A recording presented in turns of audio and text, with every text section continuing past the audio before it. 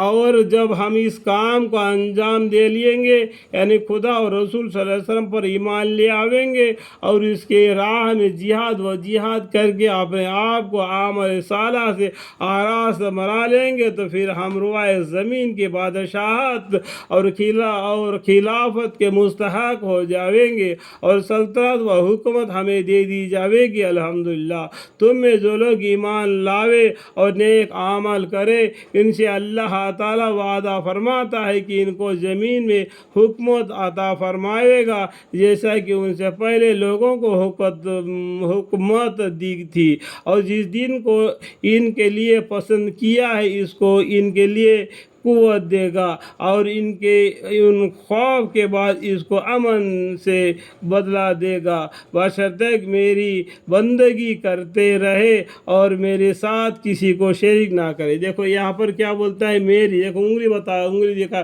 میری کا مطلب کیا ہے؟ اللہ کی بندگی کرنا، کسی کی؟ اللہ کی بندگی کرنا، اور میرے ساتھ کسی کو شریک نہ کرے، یعنی کیا ہے؟ اللہ کے ساتھ کسی کو شریک نہیں کرنا، یعنی اللہ کے برابر دوسرے کو نہیں ٹھہرانا۔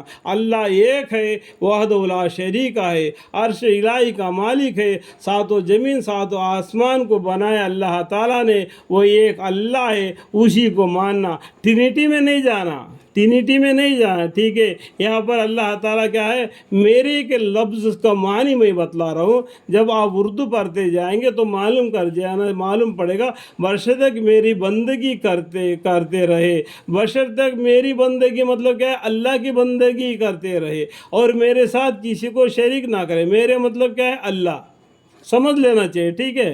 ان آیت میں تمام امت وعدہ ہے کہ ایمان و عمل صالح پر حکمت دینے کا، جس کا اظہار واحد نبی سے شروع ہو کر خلافت راشد تک متصل متحرہ، چنانچہ جزائے عرب آپ کے زمانے میں اور دیگر ممالک زمانہ خلفائے راشدین میں فتح ہو گئے، اور بعد میں بھی وقتاً فوقتاً سال نہ ہو دوسرے صالح معلوم خلفاء کے حق میں اس وعدہ کا اظہار ہوتا رہا اور آئندہ بھی ہوتا رہے گا، جیسا کہ دوسری آیت میں ان حزب اللہ هم الغالبون